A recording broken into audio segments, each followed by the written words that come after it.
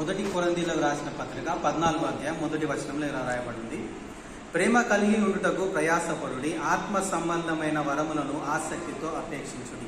ప్రేమైన దేవుని సంగమా, దేవుని వాక్యం ఏం చెప్తుందంటే, మీరు ఆత్మీయ వరాల కొరకు ఆసక్తి కలిగి ఉండాలి, ఆశ కలిగి ఉండాలని దేవుడు ఈ వాక్యం ద్వారా మనల్ని హెచ్చరిస్తున్నాడు.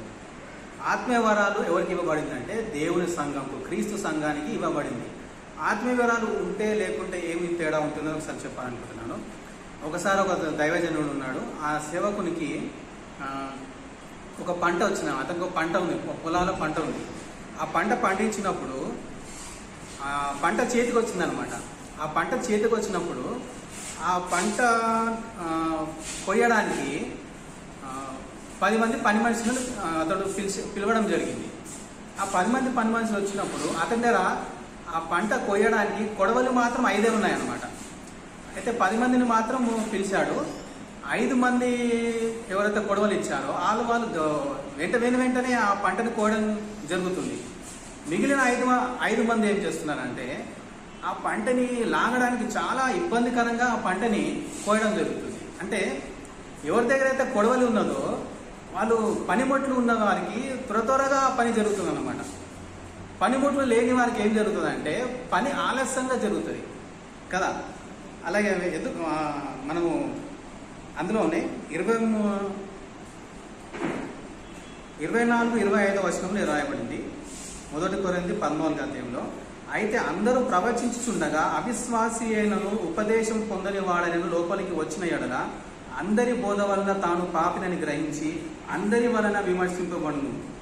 అప్పుడు అతని హృదయ రహస్యములు బయలుపడును. ఇందువలన దేవుడు నిజముగా నీలో ఉన్నాడని ప్రచురం చేయొచ్చు, అతడు సాగిలపడి దేవునికి నమస్కారం చేయును.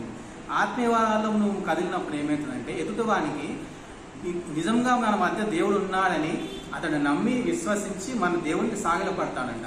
అదే అంటే ఇప్పుడు మనం ఒక యుద్ధానికి వెళ్ళినప్పుడు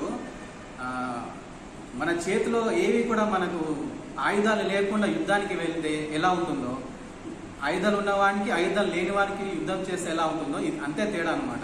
ఆత్మీయ వరాలు ఉన్నవాడు త్వరగా ఆత్మను సంపాదించుకుంటాడు, అనేక ఆత్మను రక్షించే అవకాశం ఉంటుంది.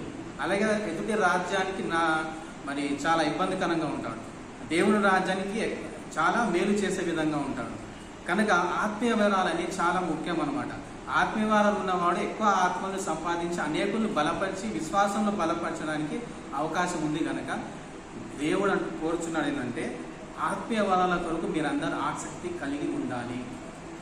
దేవుడు మీ అందరినీ ఆత్మవరాలతో నింపడానికి ఆసక్తి పెంచును గాక, మీ అందరు ఆత్మీయ వరాలతో నింపబడుతుంది గాక. దేవుడి చిన్న వాక్యం దీవించును గాక, ఫలింపజేయును గాక మీలో. ఆమేన్.